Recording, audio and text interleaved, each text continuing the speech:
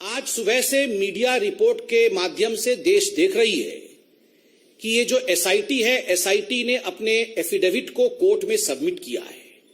Affidavit ने अपने जांच को कंक्लूड करके ये जो रिपोर्ट रखा है, बहुत सारे सत्य को ये सामने लाती है। It reveals shocking truth, shocking facts have come to the fore after the SIT report in front of the court. बहुत स्पष्ट रूप से यह एफिडेविट कहती है कि तीस्ता सितलवाड़ और उनके साथी, उनके सहयोगी जो काम कर रहे थे, वो मानवता के लिए काम नहीं कर रहे थे। वो एक पॉलिटिकल डिजाइन के साथ, एक पॉलिटिकल ऑब्जेक्टिव के साथ, एक राजनैतिक मंसूबे के साथ काम कर रहे थे। और उनका मंसूबा क्या था? उनका दो टूक मंसूबा था। They had to objectives. ये दो पॉलिटिकल ऑब्जेक्टिव्स क्या थे?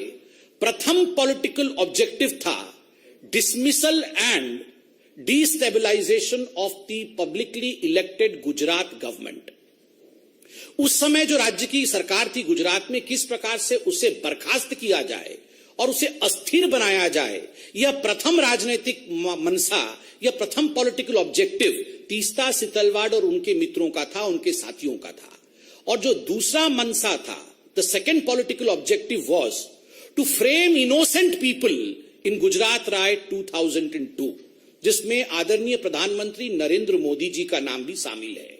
किस प्रकार से नरेंद्र मोदी जी के नाम को शामिल किया जाए, किस प्रकार से उन्हें अपमानित किया जाए, उनको किस प्रकार से पदच्युत किया जाए, किस प्रकार से उन्हें परेशान किया जाए, ताकि भविष्य का एक लीडर जो भारतीय जनता पार्टी को आगे लेने की क्षमता जिसमें है, उसे रोका जा सके। इस मनसा के साथ तीस्ता और उनके साथी काम कर रहे थे। ये जो पॉलिटिकल ऑब्जेक्टिव था, इसका खुलासा एफिडेविट में हुआ है। एफिडेविट ने स्पष्ट रूप से कहा है कि ये जो कॉन्स्पिरेसी, ये जो षड्यंत्र है, this conspiracy was to malign the image of Gujarat. केवल नरेंद्र मोदी और केवल राजनीतिक दृष्टिकोण से नहीं, गुजरात किस प्रकार से इसमें उसके चित्र को मलिन किया जाए, इमेज ऑफ गुजरात को धक्का पहुंचे, यह षड्यंत्र भी तीस्ता सितलवाड़ और उनके साथी कर रहे थे। जब भी गुजरात का चुनाव आता है, भारतीय जनता पार्टी, नरेंद्र मोदी जी और उनका जो इकोसिस्टम है, वो नए नए थ्योरीज सामने लाता है। पिछले गुजरात चुनाव का मैं आपको उदाहरण दूं, आपको तो याद होगा।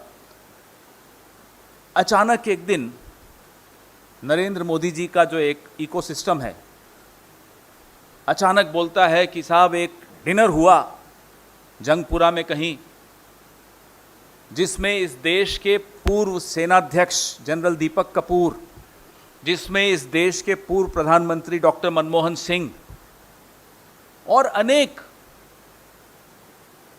प्रबुद्ध वर्ग के नागरिक शामिल हुए। और वो षड्यंत्रकारी एक डिनर था, उसमें षड्यंत्र रचा जा रहा था कैसे मोदी जी को हराना है। पाकिस्तान भी उसमें शामिल था।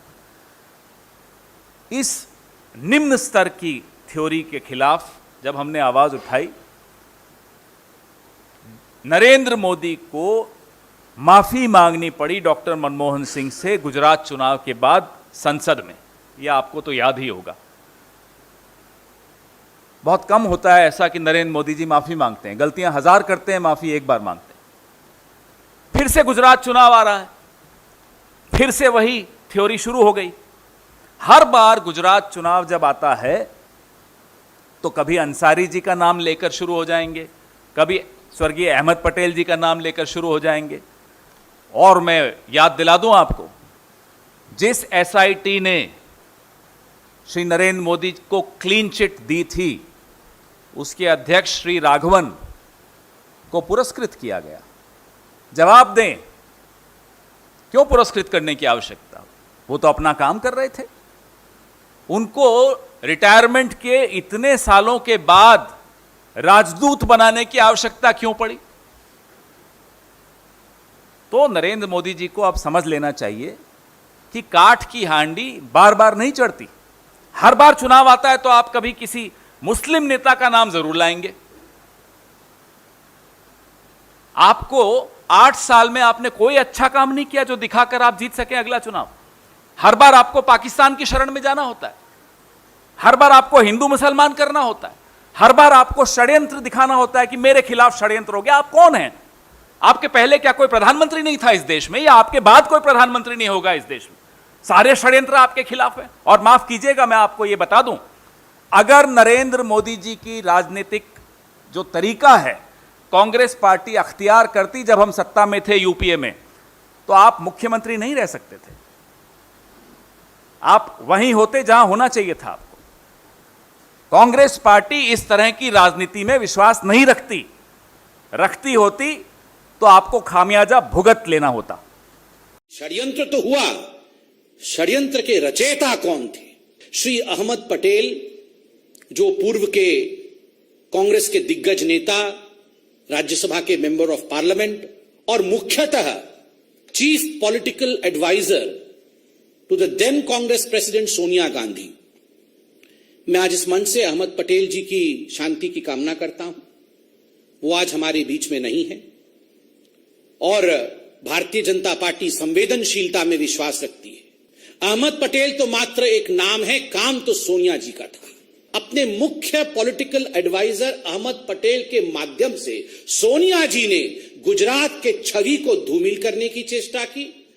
अहमद पटेल जी के माध्यम से सोनिया जी ने नरेंद्र मोदी जी को घेरने की चेष्टा की, उन्हें अपमानित और उन्हें किस प्रकार से निष्कासित किया जाए इसकी चेष्टा की। और ये पूरे षड्यंत्र की रचयिता सोनिया गांधी है। ये एफिडेविट कहती है, मीडिया से हमने एफिडेविट डाउनलोड किया है, and I would like to quote from the affidavit, and I quote, the applicant Setalvad held a meeting with Ahmed Patel and received rupees 5 lakh at the first instance, where the money was given to her by one of the witnesses on the instructions of Patel. 2 days later, they met at the circuit house at Shahibabad in Ahmedabad, where she received rupees 25 lakh more from Patel. This amount was not for relief work, as relief activity was carried out by Gujarat Relief Committee. There were many other political leaders in the meeting.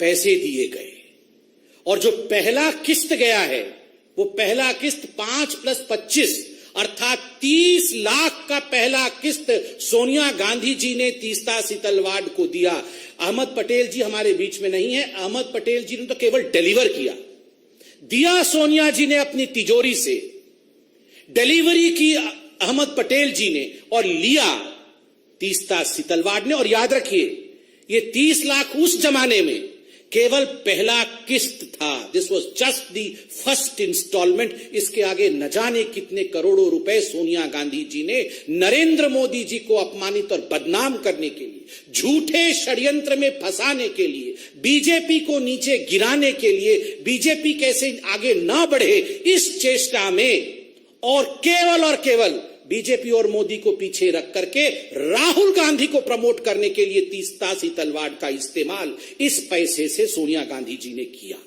Ahmad Patel जी हो या सोनिया जी हो, यह सब तो एक बहाना है। जो असली है वो गुजरात चुनाव निशाना है। तो और मैंने आपको एक पैटर्न बताया